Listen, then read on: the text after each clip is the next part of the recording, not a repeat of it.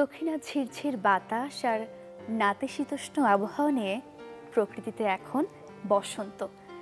শীতের পরে রূপ, রস, বর্ণ আর সৌন্দর্যের ডালি নিয়ে বসন্ত শোভা ছড়াচ্ছে। মৃতপ্রায় নগ্ন ডালগুলোতে আসতে শুরু করেছে নতুন পাতার আশীর্বাদ। পাখির কলকাকলি আর অপার সবুজের সমারোহে নতুন সাজে সজ্জিত হতে শুরু করেছে প্রকৃতি। এই স্নিগ্ধতার পরশ প্রতিটি প্রাণে ছড়িয়ে পড়ুক, এই প্রত্যাশায় শুরু করছি আজকের সকাল। শুভ সকাল, আমন্ত্রণ সকাল 24-এ। আজ মঙ্গলবার 5 ফাল্গুন 1431 বঙ্গাব্দ এবং 18 ফেব্রুয়ারি 2025 খ্রিস্টাব্দ। আপনাদের সাথে রয়েছি আমি সারিকা তাবাসুম। দর্শক, বলছিলাম শুরুতেই বসন্তের শুরু। সকাল সকাল একটু আমরা আবহাওয়া পরিস্থিতি নিয়ে জানবো। আমরা জানবো আজকে সারাদিনের আবহাওয়ার পূর্বাভাস, সেই সাথে গেল 24 ঘন্টার তাপমাত্রার রেকর্ড।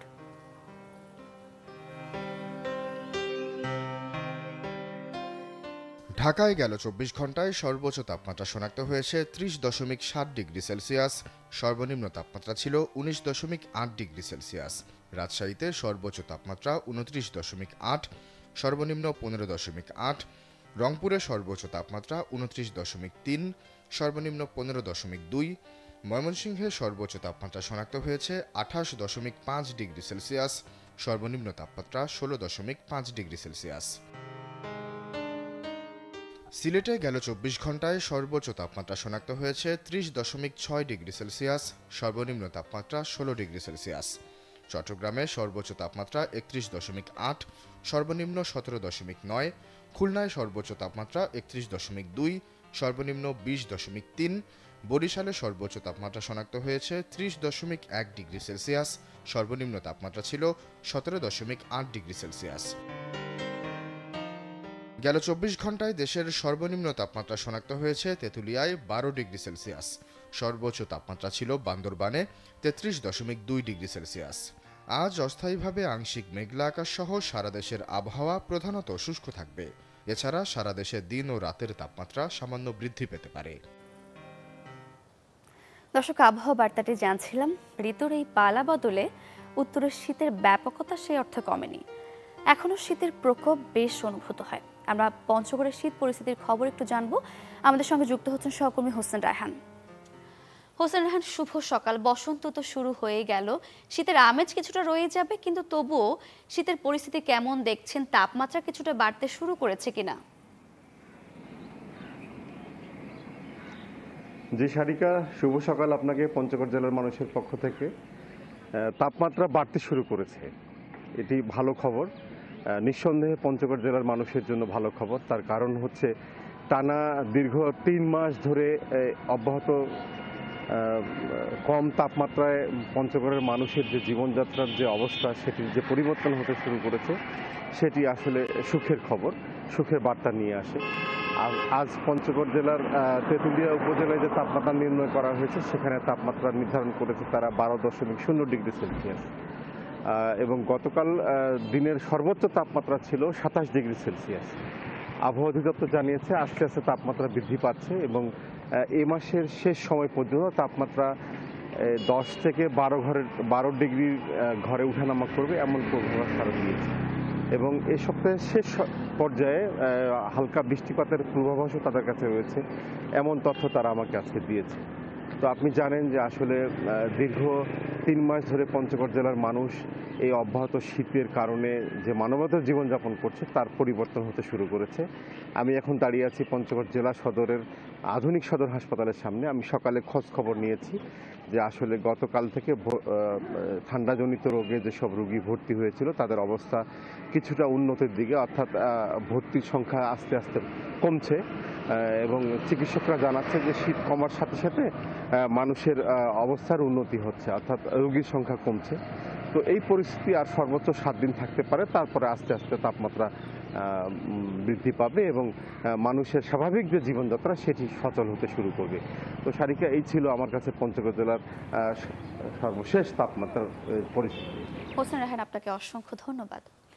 দর্শক, আমরা পঞ্চগড়ের আবহাওয়া পরিস্থিতি নিয়ে আমরা জানছিলাম পরিস্থিতি কিছুটা স্বাভাবিক হতে শুরু করেছে, তাপমাত্রা কিছুটা বাড়তে শুরু করেছে। সেই সাথে সাথে কিন্তু হাসপাতালগুলোতেও কিছুটা শীতজনিত আক্রান্ত যে রোগীরা ছিল তাদের অবস্থা উন্নতির দিকে। দর্শক, এবার একটু আমরা পত্রিকায় চলে যাব। আমরা দেখব আজকের দিনের সব প্রধান প্রধান শিরোনামগুলো। কয়েকটি পত্রিকা থেকে আমরা শুরুতেই সমকালের শিরোনামগুলো দেখে নেব।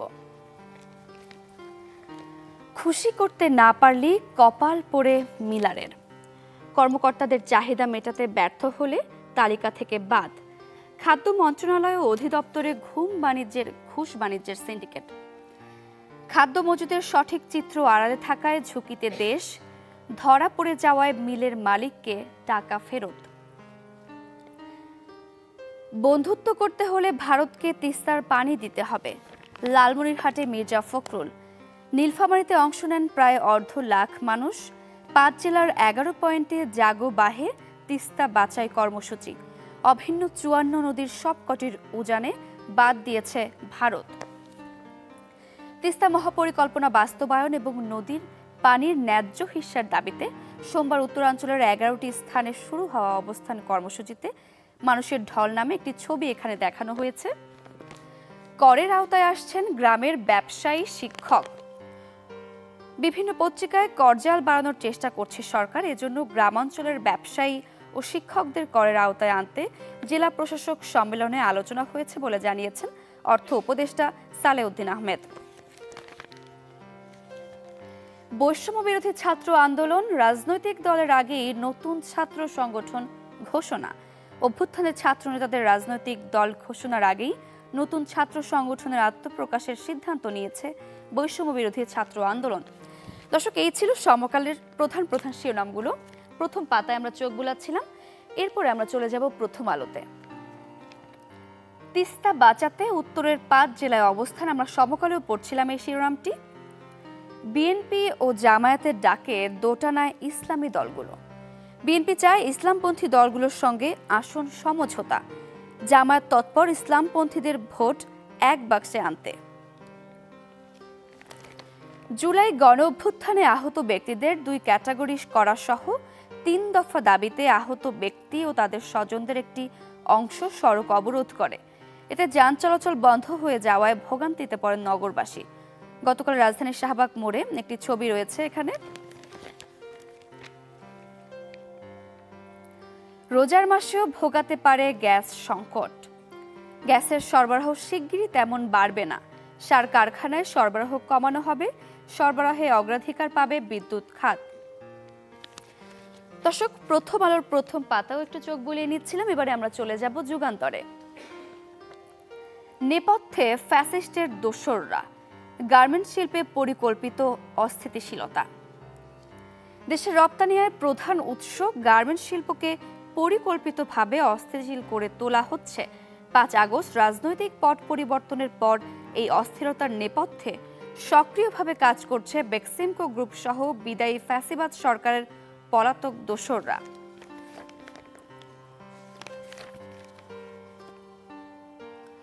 আলোচিত 2 এসপিকে স্ট্যান্ড রিলিজ। যুগান্তরের চাঞ্চল্যকর অনুসন্ধানী রিপোর্ট, এখানে শিরোনাম করা হয়েছে সাহসী রিপোর্টের জন্য ফোন করে আইজিপির ধন্যবাদ জ্ঞাপন। অবশেষে আলোচিত 2 পুলিশ সুপারকে প্রত্যাহার করা হয়েছে। সুনামগঞ্জ ও কক্সবাজারের পুলিশ সুপারের বিরুদ্ধে বেসুমার দুর্নীতি ও মাদক কারবারে জড়িত থাকার বিষয়ে যুগান্তর অনুসন্ধানী প্রতিবেদন প্রকাশের পর সোমবার তাদের স্ট্যান্ড রিলিজ করা হয়েছে। দর্শক, যুগান্তরের শিরোনামগুলো আমরা পড়ে নিয়েছিলাম। আমরা চলে যাব দৈনিক ইত্তেফাকে। দুর্নীতি ধামা চাপা না দিতে ডিসিদের প্রতি নির্দেশনা। অফিস বাড়ির এসি 25 ডিগ্রিতে চালানোর অনুরোধ। ত্রাণ সামগ্রী কিনবেন ইউএনওরা।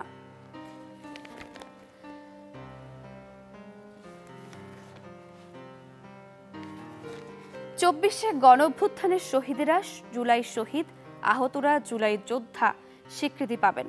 ভুয়া মুক্তিযোদ্ধা খুঁজে বের করতে নির্দেশ মুক্তিযোদ্ধা বিষয়ক উপদেষ্টার। ব্যবসায়ী, চিকিৎসক ও আইনজীবীদের লেনদেন অনলাইনে করার তাগিদ অর্থ উপদেষ্টার। আইএমএফ এর ঋণের 4র্থ কিস্তি আরও পিছিয়েছে।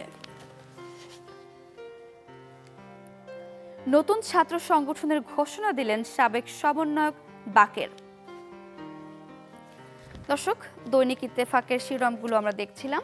আমরা সবশেষে চলে যাব কালের কণ্ঠে। 63 বিশ্ববিদ্যালয়ে ভারাক্রান্ত ঢাকা। ঢাকায় সরকারি 8টি, বেসরকারি 55টি, সারা দেশে 170টি বিশ্ববিদ্যালয়। অনুমোদনের অপেক্ষায় একাধিক বিশ্ববিদ্যালয়ের সংখ্যা কমানোর সুপারিশ টাস্ক ফোর্সের। দেশে উচ্চশিক্ষিত বেকার 9,06,000। বিশ্বে বাংলাদেশকে নতুন মর্যাদা দিলেন ডক্টর ইউনূস। মার্কিন প্রেসিডেন্ট ডোনাল্ড ট্রাম্পের সবচেয়ে আস্থাভাজন, বিশ্বের সবচেয়ে ধনীদের একজন ইলন মাস্ক। তিনি এখন যুক্তরাষ্ট্রের দক্ষতা বিষয়ক মন্ত্রী। বিশ্বের অন্যতম প্রভাবশালী ব্যক্তি।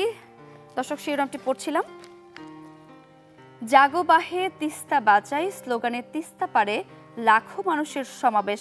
প্রত্যেকটি পত্রিকাতেই প্রায় আমরা একই শিরোনামটি দেখছিলাম। সরকারি দপ্তর পরিদর্শনের ক্ষমতা পাচ্ছে বাবাকো। দর্শক, এই ছিল আজকের দিনের সব প্রধান শিরোনামগুলো। দর্শক, 21শে ফেব্রুয়ারি ঘিরে এখন ব্যস্ত সময় পার করছেন ফুল চাষি ও ব্যবসায়ীরা। বসন্ত আর ভালোবাসা দিবস ঘিরে কেমন ব্যবসা হলো আমরা তাও জানবো। আমাদের সঙ্গে যুক্ত হচ্ছেন সিরাজগঞ্জ থেকে আমাদের সহকর্মী হিরকন। হিরকন, শুভ সকাল। আপনি ফুলের দোকানের সামনেই দাঁড়িয়ে আছেন। বসন্ত গেল, ভালোবাসা দিবস গেল, একই দিনে 14 ফেব্রুয়ারি। কেমন ব্যবসা হয়েছে ফুল ব্যবসায়ীদের তা তো জানবই, সেই সাথে 21শে ফেব্রুয়ারি, সেই প্রস্তুতিটা কেমন চলছে ফুল ব্যবসায়ীদের? আসলে শুভ সকাল আপনাকেও।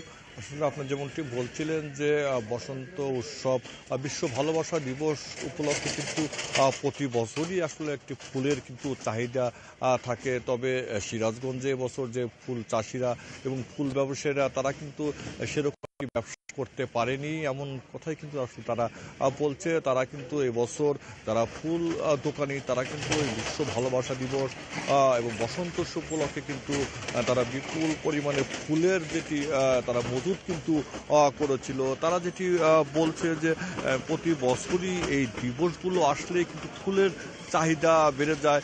তবে অন্যান্য বছরের তুলনায় কিন্তু এবছর তারা তেমন একটি ফুলের ব্যবসা করতে পারেনি।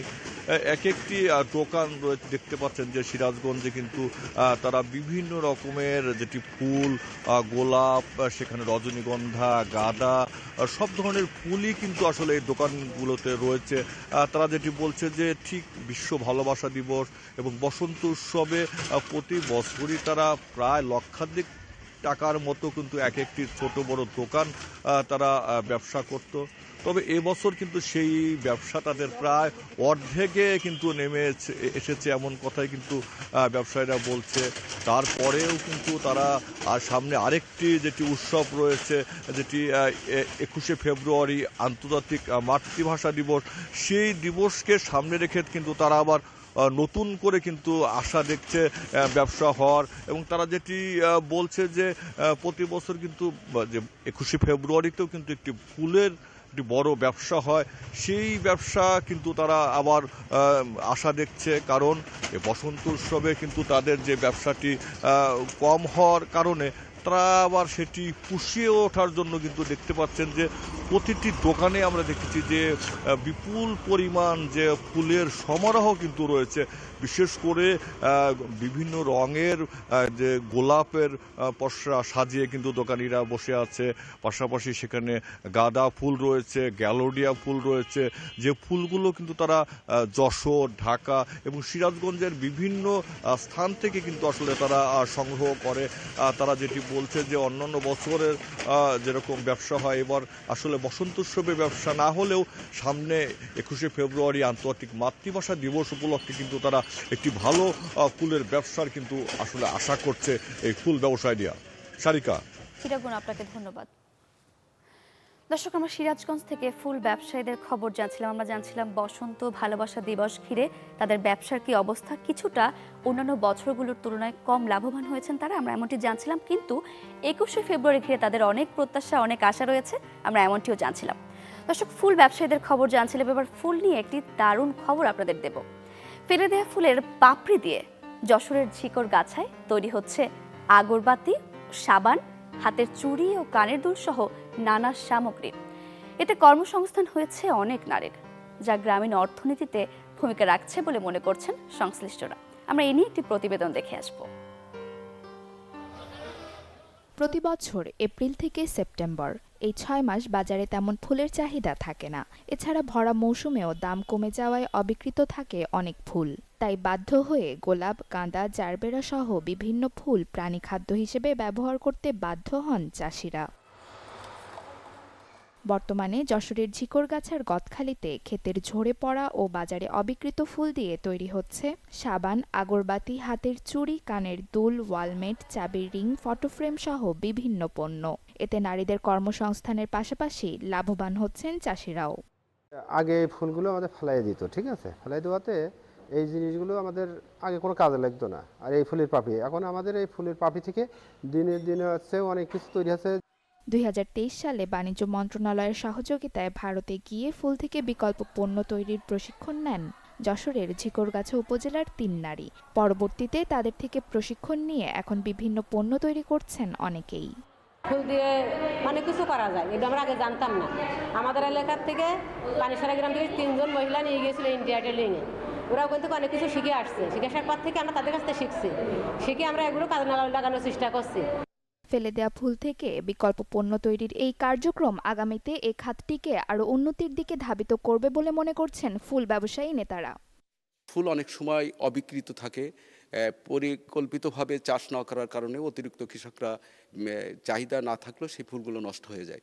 তখন এই ফুলগুলো নিয়ে আমাদের বিকল্প পণ্য তৈরির উদ্যোগ গ্রহণ করা হয়েছে। বর্তমানে এই উপজেলার 1.5 শতাধিক নারী প্রশিক্ষণ নিয়ে ফুল থেকে বিকল্প পণ্য তৈরির কাজ করছেন। Desk report, channel 24। দর্শক, অনুপ্রেরণামূলক চমৎকার একটি প্রতিবেদন আমরা দেখছিলাম। এই মুহূর্তে সকাল 24-এর সময় হলো ছোট্ট একটা বিরতির। ফিরছি আরও আয়োজন নিয়ে, আমাদের সঙ্গেই থাকুন।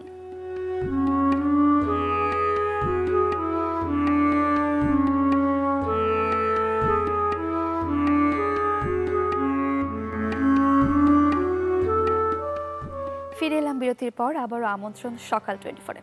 দর্শক, গতকাল সরকারি ব্রজমোহন কলেজ প্রাঙ্গণে মেলার উদ্বোধন করেন অধ্যক্ষ তাজুল ইসলাম। দর্শক, বরিশালে চলছে 3 দিনের ব্রজমোহন মেলা। আমরা তাই নিয়েই বলছিলাম। আমরা দেখব একটি প্রতিবেদন।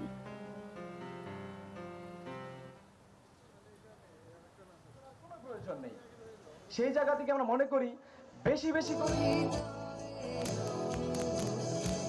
একক সঙ্গীত পরিবেশন করবে উত্তরণ সদস্য। সংগ্রামী সালাম, আসসালামু আলাইকুম ওয়া রাহমাতুল্লাহি ওয়া বারাকাতুহু। পশ্চিমা সংস্কৃতির আগ্রাসনের শিকার আমরা দেখেছি। বরিশালে চলছে 3 দিনের জীবনানন্দ মেলা।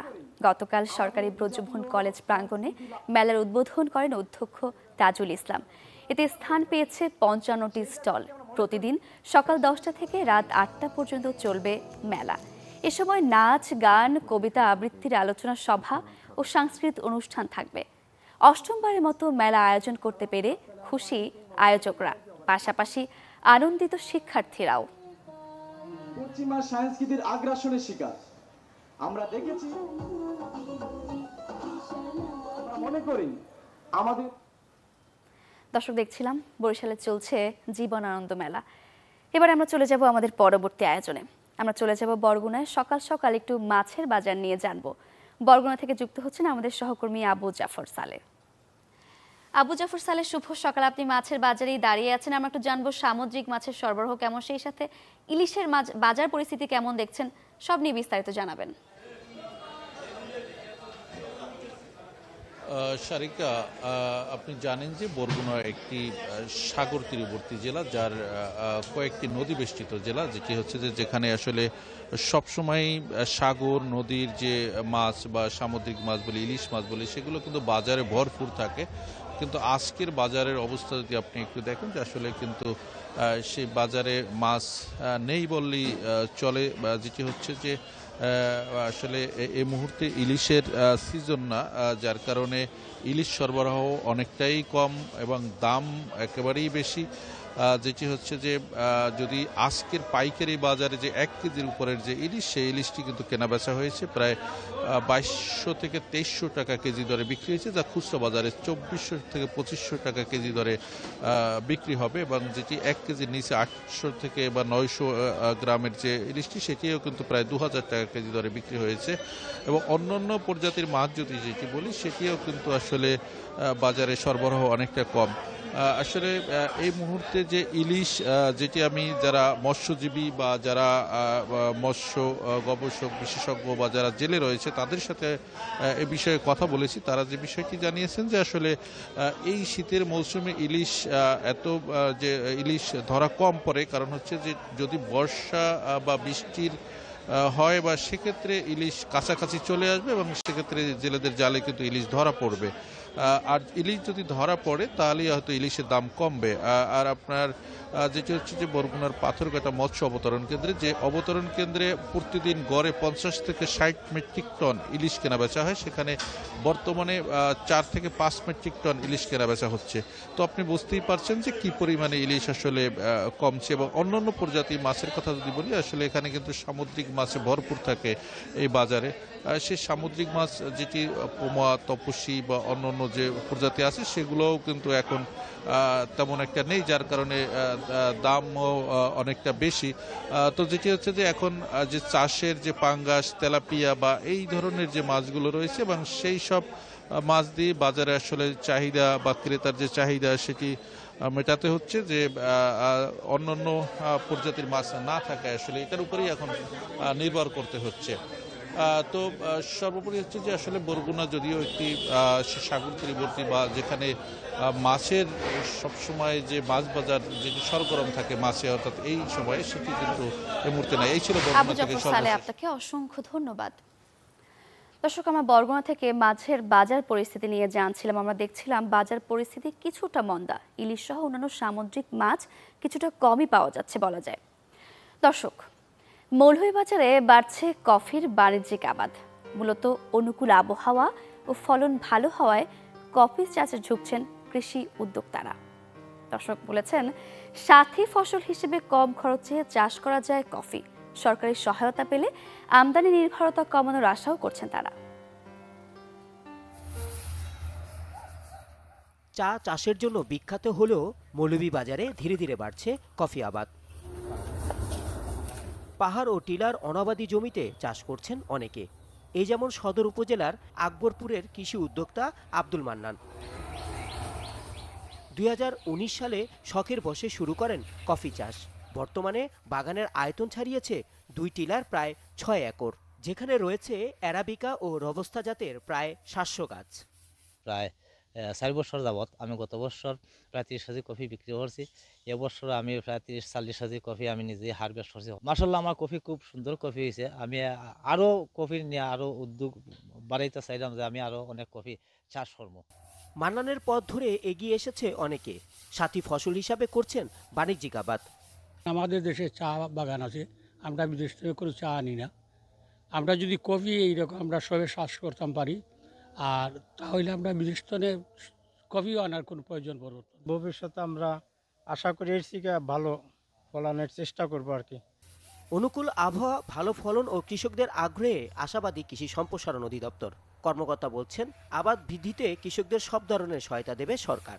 তো আমরা আশাবাদী যে এই পাহাড়ি টিলাগুলো শুধুমাত্র এখন চায়ের জন্য না, আনারস বাগানের পাশে কফিও ব্যাপকভাবে বিস্তার লাভ করবে। সর্বক্ষণ ওনার পাশে থাকে কৃষি বিভাগের পক্ষ থেকে ওনাকে পরামর্শ দিয়ে যাচ্ছে আমাদের ঊর্ধ্বতন কর্মকর্তা কর্তৃপক্ষ সহ। সরকারের এমন আশ্বাসে খুশি কৃষকরাও। আশা, আগামীতে চা, কমলা, লেবুর মতো কফি চাষেও সমৃদ্ধ হবে মৌলভীবাজার। Desk report, channel 24। দর্শক, সফল এক উদ্যোক্তার গল্প শুনতে শুনতে আমরা আয়োজনের একেবারে শেষ পর্যায়ে চলে এসেছি। দেখা হবে নতুন দিনে নতুন সব তথ্য আর আয়োজন নিয়ে। সেই পর্যন্ত ভালো থাকুন, সুস্থ থাকুন, চ্যানেল 24 এর সাথেই থাকুন। সবাইকে আরও একবার জানাই শুভ সকাল।